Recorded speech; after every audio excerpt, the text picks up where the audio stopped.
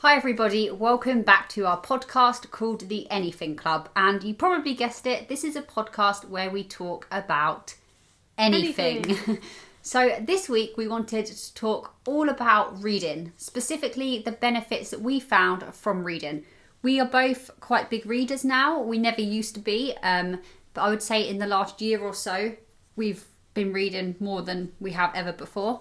Yep. So we're just going to talk through some benefits that we found, really. Do you want to kick off and just maybe talk about how you read before versus now and why? Yeah, so I never used to read very much. I think prior to the last 2 years, I probably had only read, in my adulthood, like 1 or 2 books, which isn't good. But now I think my relationship with reading's definitely got better and I enjoy it more. I want to do it more. I don't feel like I quite am there in terms of how much you love it at this point, because you really love it and you would read all day long, and I don't think I'm quite at that point, but I definitely enjoy it more, and I have seen benefits of reading more, which is obviously what this podcast episode's about. So yeah, what about you? What's your relationship with reading been? In school, I was never a big reader, and I think that's because I find it quite hard to see a word that I don't know and I've never heard before and be able to read that word. So at school I kind of struggled with reading because you probably don't know this about me actually. I didn't really, when I was reading harder, you know how schools, they like tier your reading? Like you can move up to the blue band or and you could have different coloured books once you reached the band. I never wanted to move up because that meant harder books I couldn't read the words of. So, I don't know, I was never really a big reader, I was quite a slow reader. And yeah, wasn't really into it. I'd rather be playing football or out with friends or doing something else. And I'd have rather been making daisy chains on the playground. Yeah. But then I did read a few books when I was younger that I particularly enjoyed. I remember reading Matilda, and I absolutely loved that. But other than that, I didn't really read much. Were you a Jacqueline Wilson fan? Yes, love Jacqueline. Double Act. Was that Jacqueline Wilson? I think so. I don't remember too much. I used to read all of Jacqueline Wilson's, but I can't actually remember. Do you know, I went to a place near where we live and met her in the bookshop. Oh, I had my book signed. That before.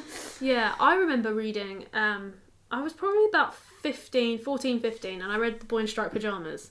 Wow, that's quite a big... Yeah, well, at the time I thought, oh, I'm so smart reading The Boy in Striped Pyjamas, but then later I realised it was actually aimed towards that age range anyway, so it was like... Yeah, I suppose. That was expected for my age group to read that, but I loved it.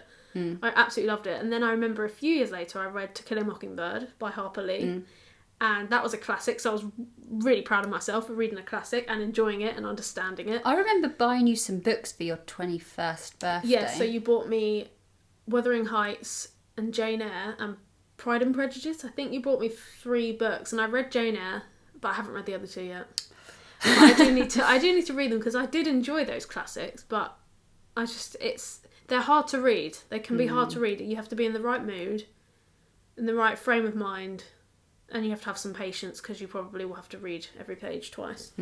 I don't know about you, but did you used to feel like reading fiction, not non-fiction, was a bit of a waste of time? Yeah. Oh, yeah, definitely. Like you should just be doing something else with your time. Yeah, so my thing before the last couple of years was I like to read, but I'll only read things... If they're going to be fictional books, they've got to be based on true events, like The Boy in Striped Pyjamas. So that's a fictional story, but it's based on the Holocaust. No. So that was...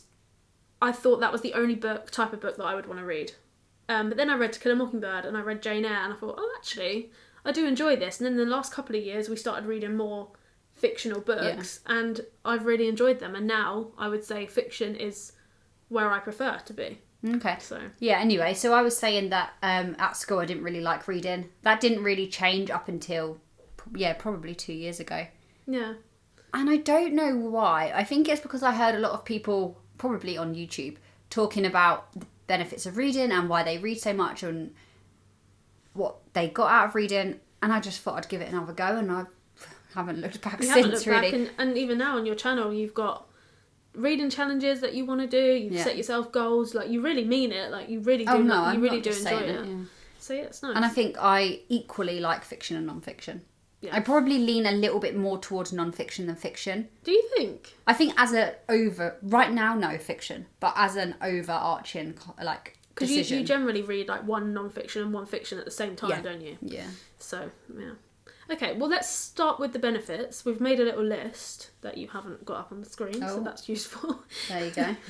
So, the thing that jumped into my head, the first thing that jumped into my head about the benefits of reading is that there are just endless amounts of books to read. Like, you're not going to run out. No, never. Even if you keep to one genre your whole life, you're never going to run out of books to read. And that's great. Whereas, I mean, obviously you would never run out of movies either, I suppose. But I feel like it would be harder to run out of books than it would be movies. Yeah, I think there's, I can't remember the numbers, but I have heard many people say that the amount of books published each day, or written each day, self-published or published by a publisher, it's crazy.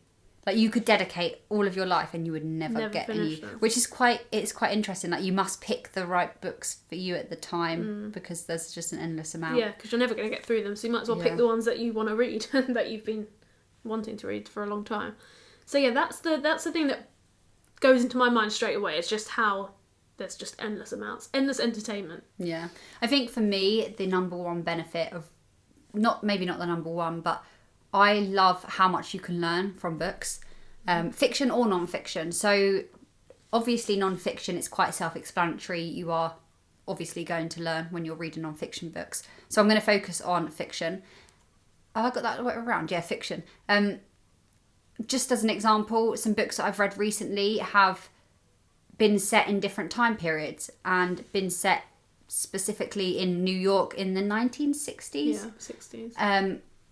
And before reading that book, I probably couldn't tell you what New York was like in terms of racism and sexism in the 1950s. But now I've read that book, even though it was fiction, it was interwoven with true facts and how it was at that time, and now I know more about that, and that's really interesting. I find that really interesting as well. Like, I like reading books about that set in Japan. We've read quite a few of them now, and it's so interesting to get an insight to whatever time period it is in Japan, because that's just a world that we just don't know anything about. Like, we've been to Japan, but I mean, just because you've been to Japan for a few days doesn't mean it's not doesn't really mean the same you know as the much. culture. So it's really nice to get, like, just for that time that you're reading the book, just to be completely immersed in a different culture, completely different names, like names that you can't pronounce because you're not used to those names, and it just opens you up to a new world kind of thing. And especially, I've been enjoying the Japanese sort of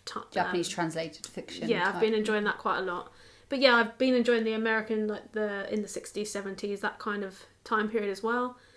And if anyone knows me, Matt Haig, he writes a lot about travelling through time and different time periods. And depression. I really like, and depression, mental health. He writes a lot about that. And I really like his style of writing. So yeah, I think, well, I don't even know what the point was, but yeah, learning, I was saying how much you your can knowledge. Learn. Yeah, broadening your knowledge and your cultural understanding and things like that. Going off that one as well, for me, a massive one has been how much I've broadened my vocab by reading. Oh yeah, massively. I know. You know. Oh god, here we go. So Hayley tries to use big words now. Not even big words, just like thesaurus. Just words I didn't use before. Yeah. So you'll be saying something, and you might use them in the wrong context sometimes, and I wouldn't know because I don't know the word. But there has been countless times now where you said, Hayley, that is not a word. And I've said, hang on a second. We've Googled it. And I've been like, yes. No, it's true. It's true. There has been times where that's happened. And normally you're the one that knows the words, not me.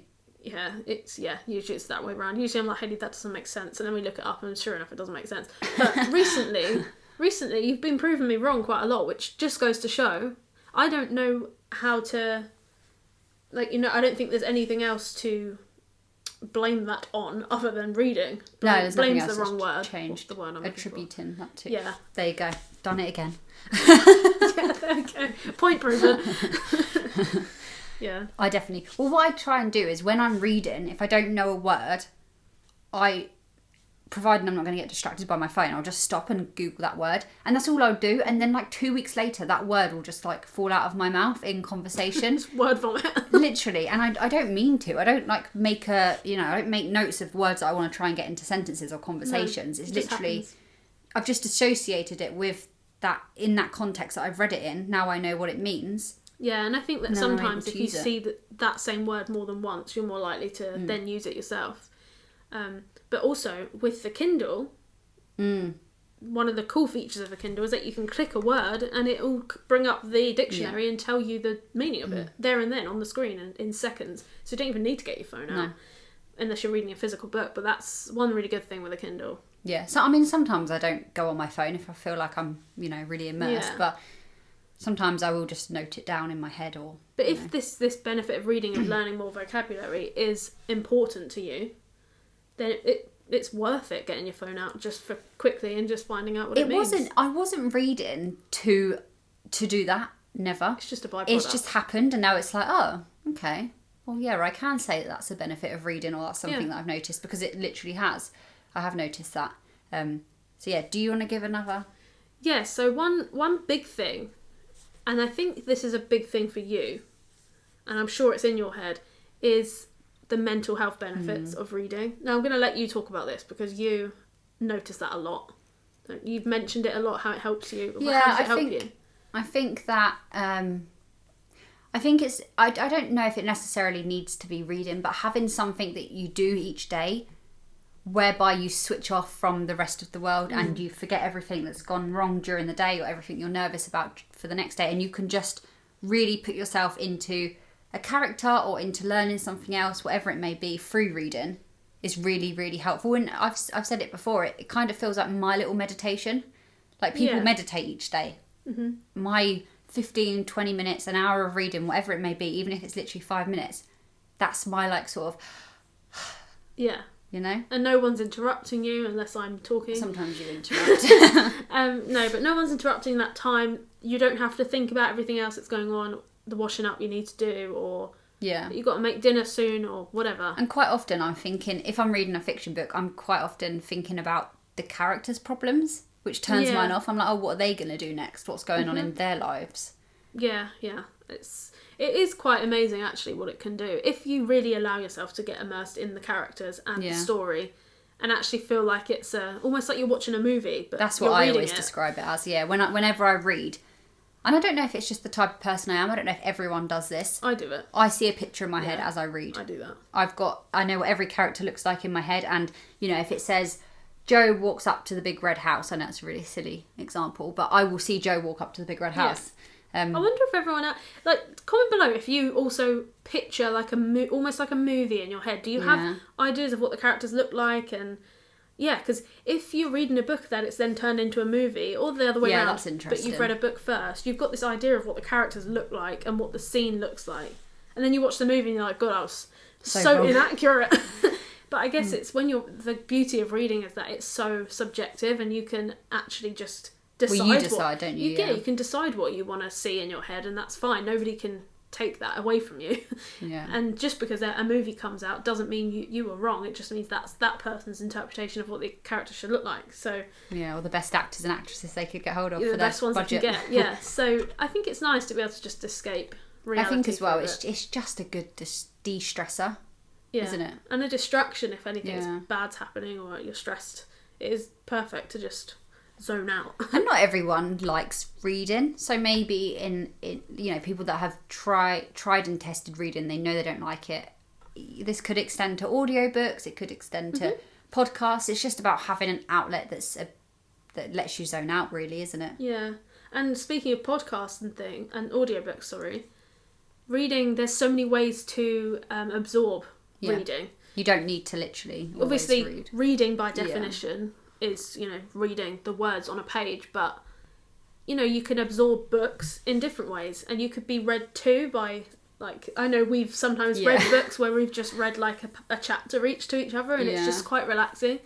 You can read it yourself physically, you can read a Kindle, you can listen to a book, there's so many ways that you can listen to a book. If I listen to someone read a book in my ear in bed, I will be asleep. Oh yeah, me too. And so I don't sleep easily, so... Yeah, they literally just put me to sleep. Not in a bad way, in a really relaxing way. But right now, I prefer reading a book or my Kindle. But I've said many times that I need to get into... Well, don't need to. I want to get into audiobooks. Yeah. And I think when I have to commute more, that's going to be something that I definitely turn up the dial on. You know, put headphones in with an audiobook. But then again, if you commute it, it depends. If your commute was on a train as well, doesn't it? If your commute's on a train, you might want to read a physical book. But, you know, it can work anyway. I think personally for me, I think audiobooks I don't really think I would like. But that being said, I've not tried. So, who knows? But, yeah, I feel like I prefer to actually read it myself because a lot of the time I like to reread bits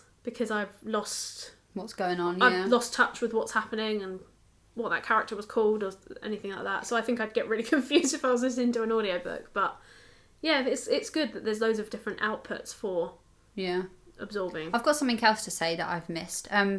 About the learning, learning through reading. It's quite cool. It's kind of like the internet in terms of you've got access at your fingertips to literally anything that you want. The same way that you do with books. There is a book about literally anything. Mm-hmm. Just go to the library and go to these strange sections that they've got. Yeah, you can learn about anything, really. And talking about the library as well, perhaps not a benefit, but an accessibility benefit, I suppose, is that it doesn't need to cost a lot. At all. Yeah, it can be free. Sign up to a local library and it's free. And if you live in walking distance of a library, it's free to walk there, free to sign up, free to get books out, free to read them, free to take them back. Yeah. And that's, what more could you ask for? Nothing is free ever in the world apart from a library. Yeah, whereas if you rent a movie, that's going to cost. That costs. Like if you rent a movie, it'll cost between some movies are 99p, but not often. Between $3.50 and £7 to rent a movie, and to sign up for Netflix. Obviously, that costs as well. But books are, if you don't want any of that, you're not interested in any of that, or you just don't have the money to spend on Netflix and renting movies, this is a perfect solution. And if you don't have a library, there's charity shops which are very cheap, or just ask people if you could borrow their books. Yeah, and that was another point. A good thing about reading is the community. Yeah. I think that could be really nice, because if you do allow yourself to join a book club, or you have a lot of subscribers and people that comment on your videos that read as well, and you share book suggestions to each other. I've got so many book recommendations from YouTube, and it's nice. I'm getting there. I am getting there, and I do appreciate people leaving me book recommendations, because it's an insight into someone else's interest, and I love that. Yeah, it is interesting, and that community is really nice, because you've been thinking about possibly doing some kind of book club sort of thing with your subscribers and whoever wants to join. That's a really nice idea, and people love talking about books. That's why book clubs exist, and there's a whole Bookstagram. There's a whole community of them. It's amazing. So it's nice that if you don't fit into any community, you might just fit into that one. Yeah, that's a nice point. It's quite nice. Okay, moving on. This is maybe not something that I've necessarily... Well, I have noticed it, but I think as you get older, this one becomes more of a benefit. And that is that reading helps decrease Alzheimer's and improves memory loss. I'm not saying that if you read, you won't get Alzheimer's. I'm not saying that. But reading has been shown to really improve your memory and just keep your brain active. And to me, that's amazing. Something that you enjoy can also help you. Yeah, health benefits as well. Because there's anything reading can't do. Yeah.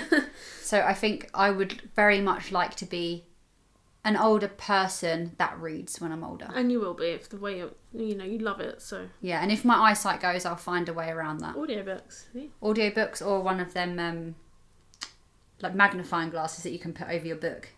Yeah, or magnifying glasses. Yeah, I'll find a way, or you can read it to me. Find a way. You'll find a way. Whatever it may be. Yeah, I think, if there's any health benefits, then that's even better, of course. Definitely.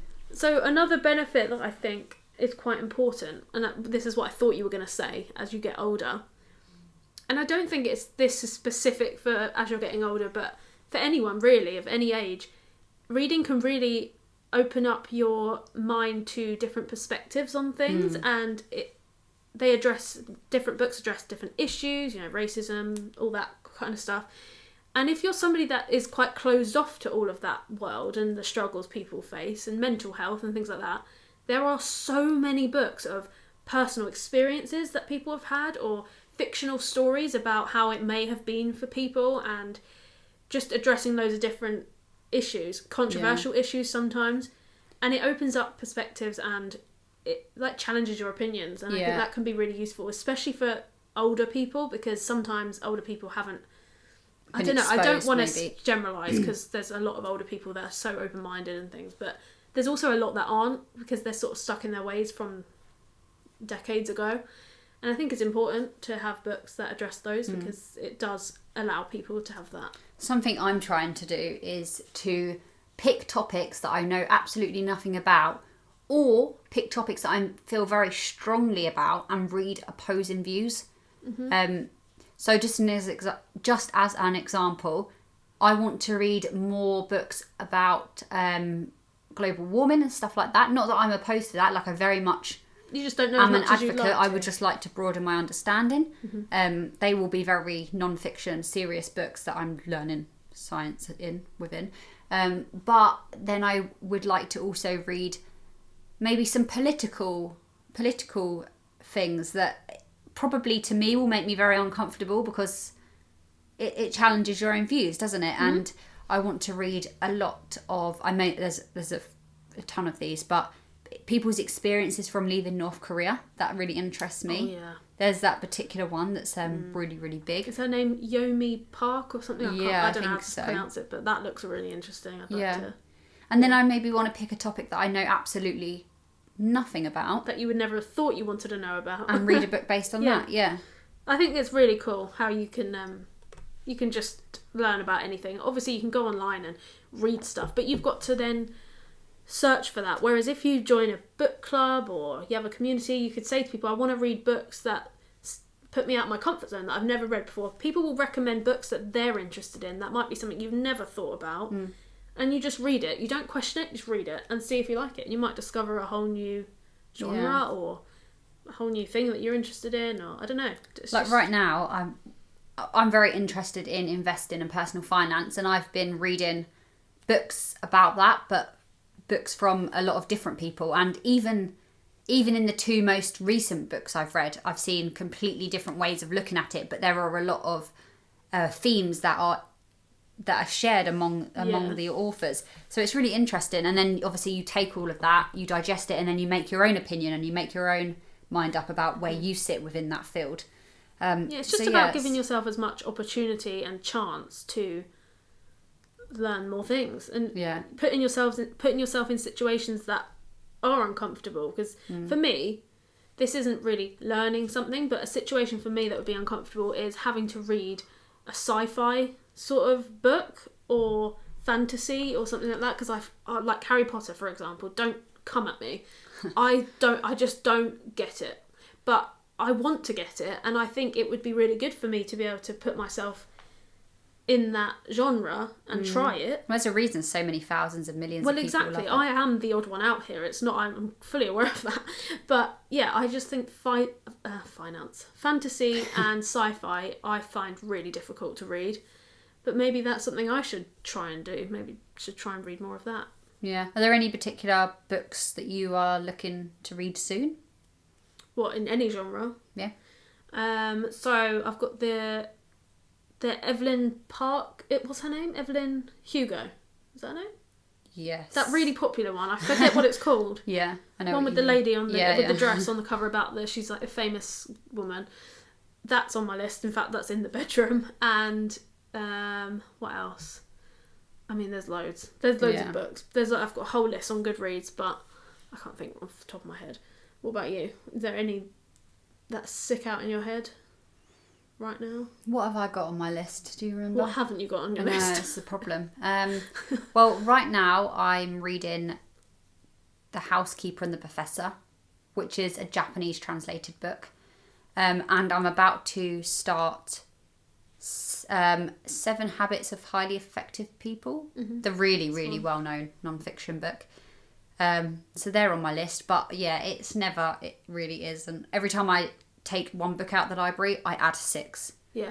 So that's good, because it's just like we said, it's endless. Yeah. It's literally endless. Yeah. It's great. So before we finish, I just wanted to add one last benefit that I think is quite important, and that is that reading is a form of entertainment that is not on social media.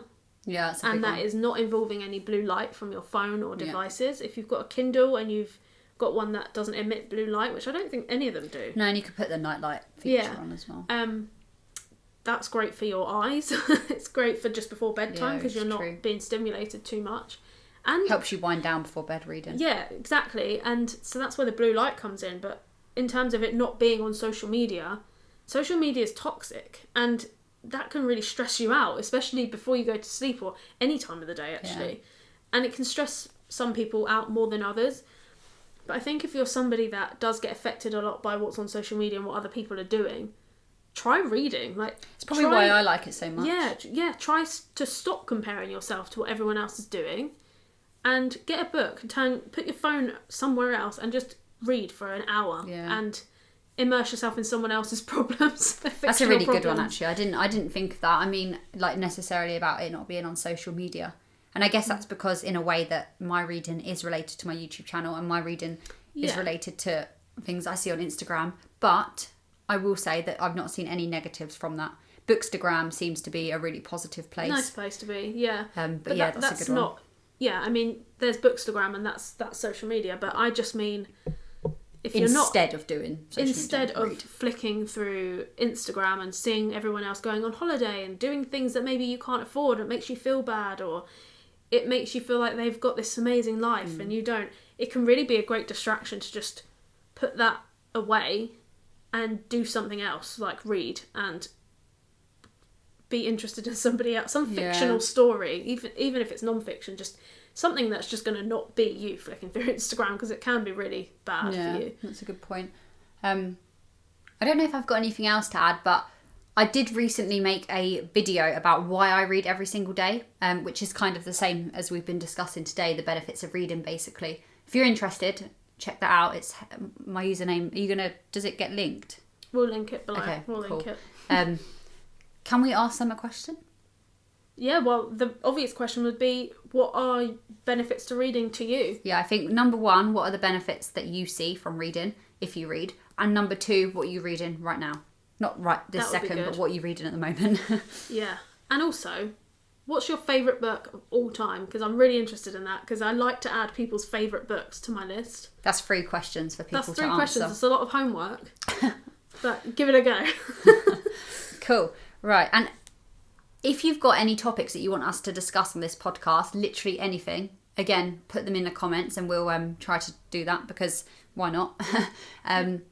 Yeah, is that pretty much everything that you have to say? Yeah, that's all I can think of. I mean, I'm sure there's loads more. Oh, there will be loads. I've been thinking about this sort of too much for the other video that I've just made, so my mind's kind of fizzled, gone for this topic. But yeah, I love reading. I think reading's fantastic, and I'm going to carry on doing it. So me too. Yeah, cool. Well, thank you for watching. If you've made it this far, give us a like, subscribe if you want to see us blabber on.